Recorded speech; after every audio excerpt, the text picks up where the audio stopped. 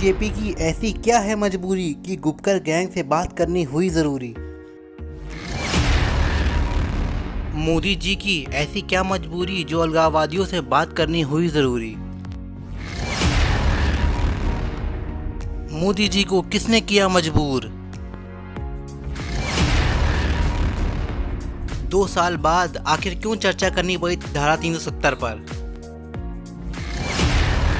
मोदी और अमित शाह को कश्मीर नीति पर क्यों लेना पड़ा यू टर्न। फिर से कश्मीर को राज्य का दर्जा देने की बात क्यों हुई। बीजेपी को क्यों घुटने टेकने पड़े गुपकर गैंग के सामने। दोस्तों, अगर आपने अभी तक हमारे चैनल को सब्सक्राइब नहीं किया तो प्लीज़ सब्सक्राइब ज़रूर कर दें। दोस्तों, आज हम इन सभी विषयों पर चर्चा करेंगे।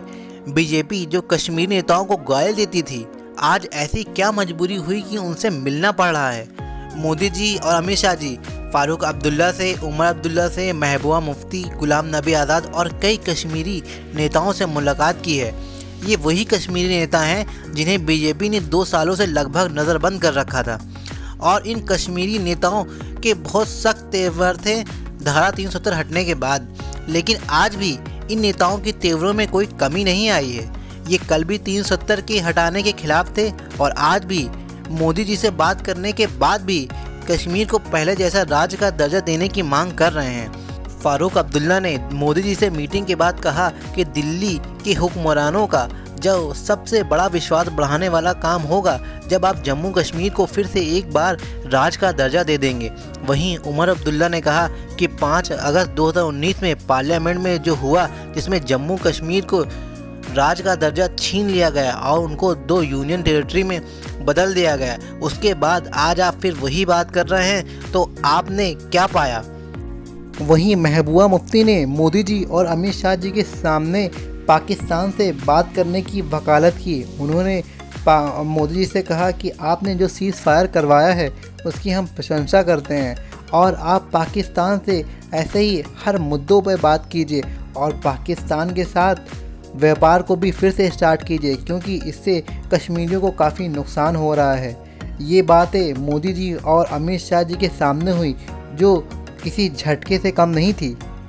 मोदी जी और अमित शाह जी के सामने आज 370 पे चर्चा हुई। अमित शाह 2019 में कहते थे 370 पे कोई चर्चा नहीं होगी, और आज वहीं 2 साल बाद जब भारत की पूरी दुनिया में भारत की इज्जत का बट्टा लग गया 370 की वजह से, उसके बाद चर्चा हो रही है। अगर ये चर्चा 2 साल पहले ही हो जाती तो आज कश्मीरियों को भारत के खिलाफ इतना गुस्सा ना होता।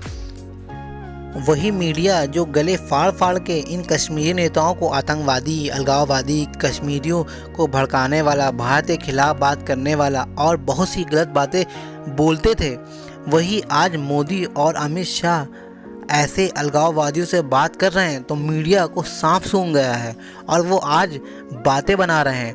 अपने तमाम टीवी डिबेट में आपने देखा होगा कि कैसे मीडिया फारूक अब्दुल्ला, उमर अब्दुल्ला, महबूबा मुफ्ती को टारगेट करती थी और आज वो उनके पीछे पीछे घूम रही है क्योंकि मोदी जी ने बात कर लिया है भाई।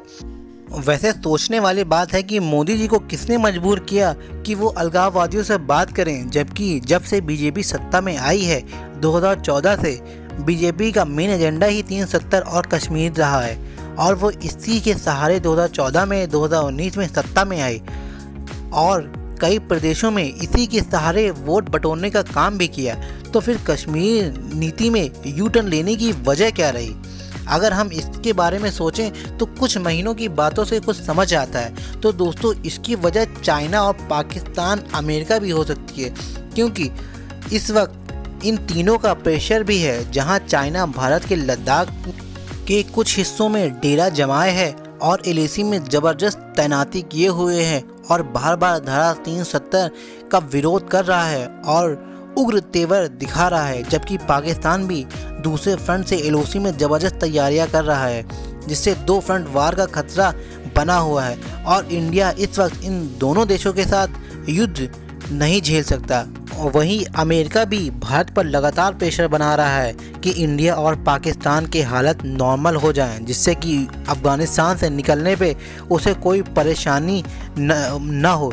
इन्हीं कारणों की वजह से बीजेपी कश्मीर को फिर से राज्य का दर्जा देने की बात कर रही है।